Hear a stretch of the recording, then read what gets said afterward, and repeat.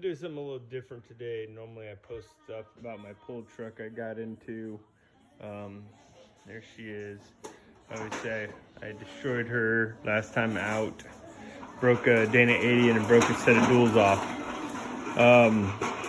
What we got here is the Coleman KT196 my wife bought as a way to get around the pits and carry it cooler and everything else. It's a fun little toy so far, but I did find a few flaws and a few issues. And this weekend I was had a little fun and ran it a little too hard, and in the process, the problem I had.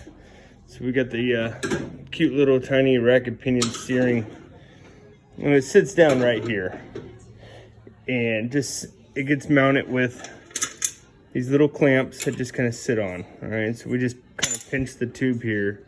I came up to a curb a little too fast, and the rack shifted. The wheels hit, and it shifted the rack. Well, now I can't turn left anymore. It had me locked out.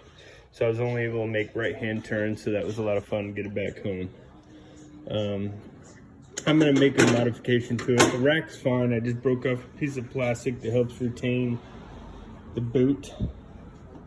So I'm gonna get probably disassemble this, pull out the TIG machine, and make myself a bead around here anyway. And it's kind of what I'm thinking of doing, is put a bead around both ends, so when you clamp it, the rack still can't slide off.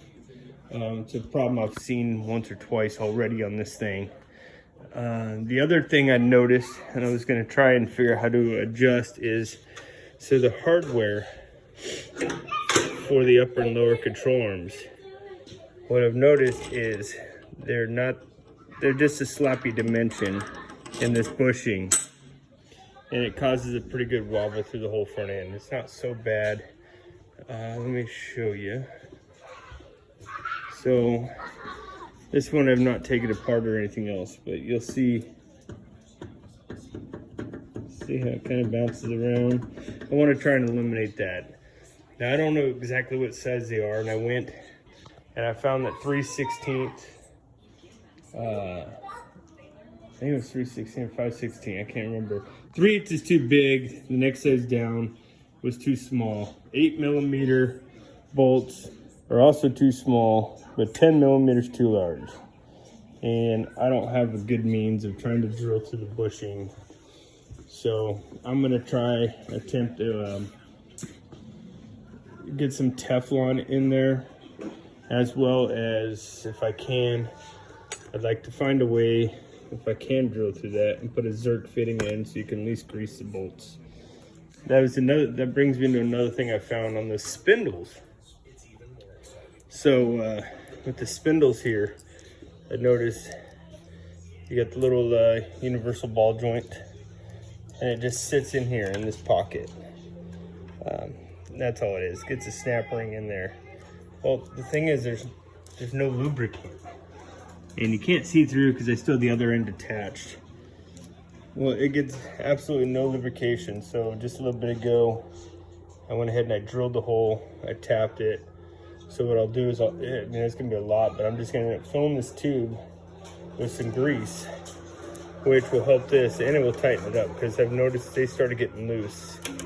They just flop around. How about we get some grease on them? And that will help the longevity. Down the road, we're gonna change out the engine. We were looking at the diesel, but I don't really want to pay upwards of $1,000 just to put a diesel in here. But we will probably be changing out this engine to a different one. Not much larger, but it has electric start, and put a reverse box on it.